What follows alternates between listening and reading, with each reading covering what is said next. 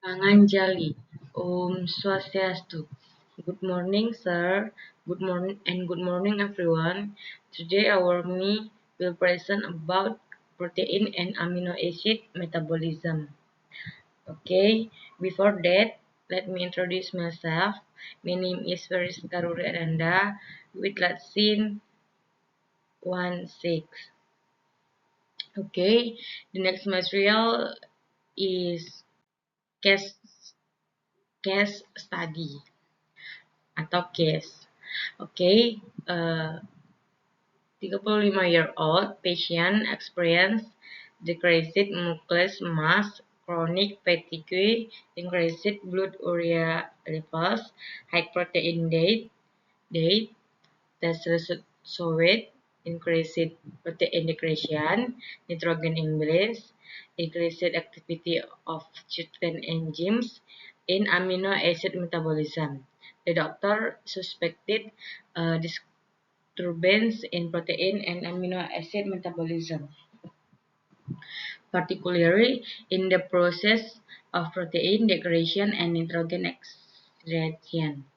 Nah, jadi materi pertama yaitu kasus atau studi kasus. Nah, di mana seorang pasien berusia 35 tahun mengalami yang pertama itu penurunan massa otot, yang kedua itu kelelahan kronis, yang ketiga itu kadar urea darah meningkat, yang keempat itu pola makan tinggi protein. Nah, jadi hasil pemeriksaannya itu menunjukkan yang pertama itu peningkatan degradasi protein, yang kedua itu gangguan keseimbangan nitrogen, yang ketiga itu aktivitas enzim tertentu dalam metabolisme asam aminonya meningkat. Nah, di mana dokter menduga terjadi gangguan pada metabolisme protein dan asam amino, terutama pada proses degradasi protein dan ekskresi nitrogen. Nah, the next material is question 1. Explain the meaning of protein metabolism and its role in the human body. The answer: protein metabolism is the entire series of chemical reactions in the body that involve the formation, anabolism, and breakdown catabolism of protein. In the human body, proteins play a vital role as the main building blocks of cells and tissues, forming enzymes and hormones and functioning in the human system. Furthermore, proteins can be utilized as an energy source when energy requirements from carbohydrates and fats are insufficient. Therefore, protein metabolism functions to maintain a balance between protein synthesis and degradation to assure normal body function.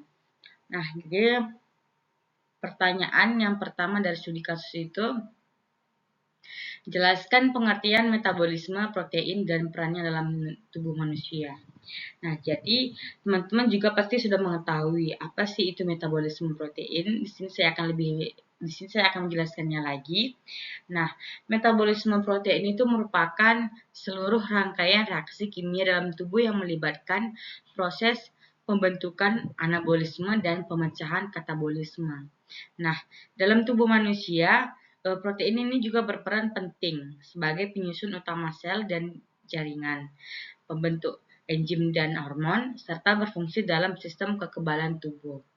Nah, selain itu, protein juga dapat dimanfaatkan sebagai sumber energi apabila kebutuhan energi dari karbohidrat dan lemak tidak mencukupi. Nah, jadi oleh karena itu, metabolisme protein ini berfungsi menjaga keseimbangan antara sintesis dan degradasi protein agar fungsi tubuh itu tetap normal. Okay, the next material is question 2. explain the state of protein biosynthesis, including 1. Transcription, 2. Translation, and the location of its process in the cell. Nah, jadi materi selanjutnya itu jelaskan tahapan biosintesis protein meliputi transkripsi, translasi, serta lokasi masing-masing protein dalam sel. Nah, jadi kita sudah mengetahui juga biosintesis protein itu adalah proses pembentukan protein yang berlangsung melalui 2 tahap utama, yaitu transkripsi dan translasi. Nah, di mana teman-teman juga harus perlu mengetahui transkripsi itu merupakan proses penyalinan informasi genetik dari DNA menjadi mRNA yang terjadi di dalam inti sel atau nukleus. Nah, selanjutnya itu si mRNA-nya tadi akan keluar menuju sitoplasma dan berikatan dengan ribosom untuk menjalani proses translasi. Nah, jadi translasi itu merupakan proses penerjemahan kode genetik pada mRNA-nya itu menjadi rantai polipeptida dengan bantuan tRNA yang membawa asam amino sesuai dengan kodon. Nah, proses ini terjadi di ribosom sehingga akhirnya terbentuk protein yang sesuai dengan informasi genetik. The next material is why is protein biosynthesis so important for tissue growth and repair. Materi selanjutnya itu mengapa, pertanyaan ketiga itu mengapa proses biosintesis protein sangat penting dalam pertumbuhan dan perbaikan jaringan.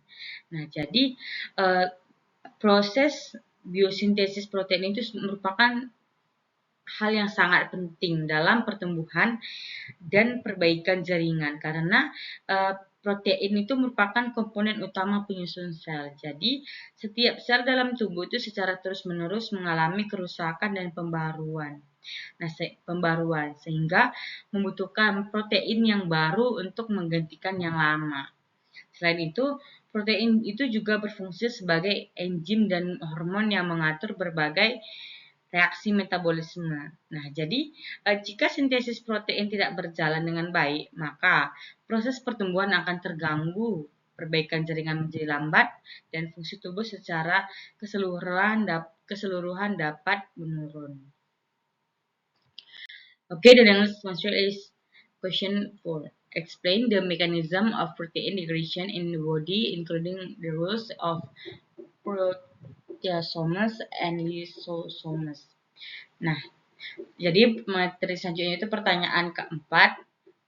Nah, jelaskan mekanisme degradasi protein dalam tubuh termasuk peran proteasom dan lisosom. Nah, jadi teman-teman juga harus mengetahui degradasi protein itu adalah proses pemecahan protein menjadi asam amino yang dapat digunakan kembali oleh tubuh atau diubah menjadi energi. Nah, di mana proses ini melibatkan 2 sistem utama, yaitu proteasom dan lisosom. Nah, di mana si proteasom itu berfungsi menguraikan protein yang rusak, abnormal, atau tidak diperlukan lagi dengan mekanisme yang selektif melalui penandaan ubiquitin. Nah, proteasom itu juga berfungsi menguraikan protein yang rusak. Sementara itu kalau lisosom itu berperan dalam mencerna protein yang berasal dari luar sel atau organel yang telah rusak dengan bantuan enzim hidrolitik. Nah, di mana kedua mekanisme tadi itu sangat penting untuk menjaga kualitas dan keseimbangan protein dalam sel. Okay, the next material is question 5. Explain how amino acids are utilized in the body, including the following process: transamination and deamination. Jadi the answer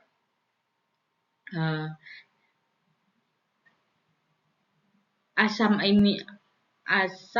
amino hasil degradasi protein itu dapat dimanfaatkan untuk berbagai keperluan. Nah, seperti sintesis protein baru, pembentukan senyawa lain atau sebagai sumber energi. Nah, dalam metabolisme asam amino terdapat proses transminasi dan deaminasi. Nah, tadi di soalnya itu jelaskan bagaimana asam amino dapat dimanfaatkan dalam tubuh termasuk proses transaminasi dan deaminasi. Nah, jadi transaminasi itu adalah proses pemindahan gugus amino dari satu asam amino ke asam senyawa lain, sehingga membentuk asam amino baru tanpa menghasilkan amino bebas. Nah, sedangkan deaminasi itu merupakan proses pelepasan gugus amino yang menghasilkan amonia NH3 yang bersifat toksik. Nah, di mana amonia ini kemudian akan diproses lebih lanjut dalam siklus urea di hati. The next material is question 6. Explain the function of the urea cycle in protein metabolism and why this process is important. The answer: the urea cycle is a critical process in protein metabolism that converts toxic ammonia into sulfur urea. This process takes place in the liver and involves several enzymatic reactions. The resulting urea is then carried through the blood to the kidneys or to be excreted in the urine. This process is critical because the accumulation of ammonia in the body can cause serious disorders, particularly of the nervous system. Jadi pertanyaan selanjutnya itu pertanyaan ke-6, di mana pertanyaannya jelaskan fungsi siklus urea dalam metabolisme protein dan mengapa proses ini penting. Nah, jadi kita juga perlu mengetahui siklus urea itu merupakan proses penting dalam metabolisme protein yang berfungsi untuk mengubah amonia yang bersifat toksik menjadi urea yang lebih aman bagi tubuh. Nah, di mana proses ini berlangsung di hati dan melibatkan beberapa reaksi enzimatik. Nah, di mana urea yang terbentuk kemudian akan dibawa melalui darah ke ginjal untuk dikeluarkan melalui urin. Nah, di mana proses ini sangat penting karena penumpukan amonia dalam tubuh itu dapat menyebabkan gangguan serius terutama pada sistem saraf. Okay, the next material is question 7. Why is there an increase in blood urea levels in this case is related to amino acid metabolism? Nah, selanjutnya itu mengapa pada kasus ini terjadi peningkatan kadar urea dalam darah. Nah, hubungkan dengan metabolisme asam amino. Nah, jadi peningkatan kadar urea dalam darah pada kasus ini disebabkan oleh meningkatnya metabolisme asam amino, terutama melalui proses deaminasi. Nah, di mana pola makan tinggi protein menyebabkan jumlah asam amino dalam tubuh meningkat, sehingga kelebihan asam amino akan mengalami deaminasi dan menghasilkan amonia dalam jumlah besar. Nah, di mana amonia itu tersebut kemudian diubah menjadi urea melalui siklus urea di hati. Selain itu, penurunan massa otot juga menunjukkan adanya pemecahan protein tubuh yang juga meningkatkan produksi asam amino dan amonia. Nah, akibatnya itu produksi ureanya meningkat dan menyebabkan kadar urea dalam darah menjadi tinggi. Okay, the next material is question 8. Explain the concept of nitrogen balance and the factors that influence it. Nah, materi selanjutnya itu jelaskan konsep keseimbangan nitrogen dan faktor-faktor yang memengaruhinya. Nah, jadi teman-teman juga harus perlu mengetahui keseimbangan nitrogen itu adalah kondisi di mana jumlah nitrogen yang masuk ke dalam tubuh sama dengan jumlah nitrogen yang dikeluarkan. Jadi, nitrogen itu diperoleh dari protein dalam makanan, sedangkan pengeluarannya melalui urin atau feses dan keringat. Nah, di mana keseimbangan nitrogen itu dapat bersifat positif, negatif, atau seimbang. Nah, keseimbangan positifnya terjadi ketika sintesis protein lebih besar daripada degradasinya. Sedangkan keseimbangan negatif terjadi ketika degradasi protein lebih besar seperti pada kondisi penyakit atau stres. Nah, di mana faktor yang mempengaruhi antara lain asupan protein, kondisi kesehatan, aktivitas fisik, dan regulasi hormon. Okay, the next measure is question 9. Analyze the role of hormones in protein metabolism such as insulin and cortisol. Nah, materi selanjutnya itu analisis peran hormon dalam metabolisme protein seperti insulin dan kortisol. Nah, di mana metabolisme protein itu diatur oleh hormon, terutama insulin dan kortisol.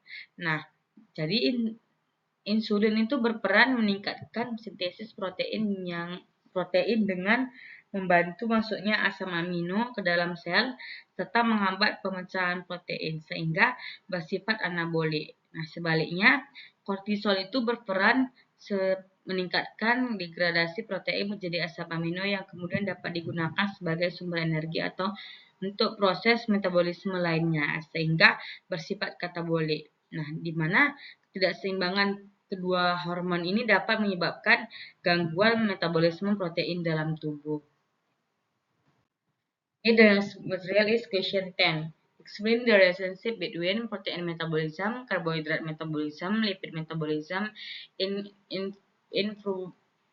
providing energy to the body. Nah, materi selanjutnya itu pertanyaan ke-10. The answer. Protein metabolism is closely related to carbohydrate and lipid metabolism in providing energy to the body. Carbohydrates are the primary energy source, while lipids serve as energy servers. Protein is used as an energy source when carbohydrate and lipids are insufficient.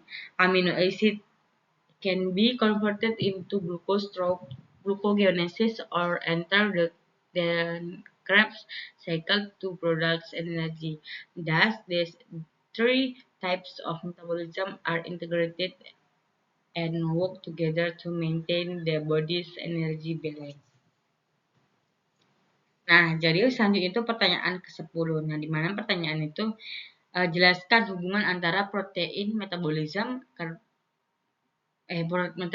protein, metabolisme karbohidrat, dan metabolisme lipida dalam penyediaan energi tubuh. Nah, jadi metabolisme protein itu memiliki hubungan yang erat dengan metabolisme karbohidrat dan lipid dalam penyediaan energi tubuh.